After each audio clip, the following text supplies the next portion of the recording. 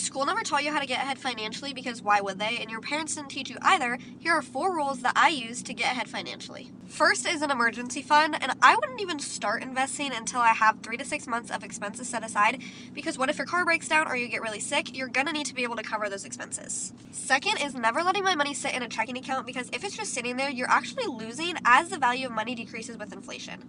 $10,000 today is not the same as it was 10 years ago, so that is why I put my money into somewhere where it's going to grow. You could do a high yield savings account, but personally I like to use the Nook Earn App because the APY is way higher at an average of 7.6%. Plus, there's no lockups or holds, so if I need the money, I can withdraw it at any time, and they've already paid back over $85 million in interest. Number 3 is using a credit card as a debit card, and I know you were probably told not to use a credit card, but if you're financially responsible, it can actually save you a lot of money.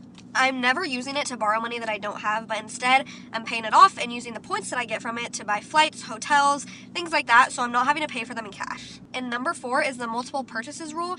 So if I'm thinking about buying something and it's kind of a bigger expense, if I cannot buy it 2 to 3 times over, I'm not going to buy it. Because I don't want something that's completely optional to put a dent in my bank account that I'm going to stress out about. If this was helpful, make sure you give me a follow because I post these kind of tips every single day.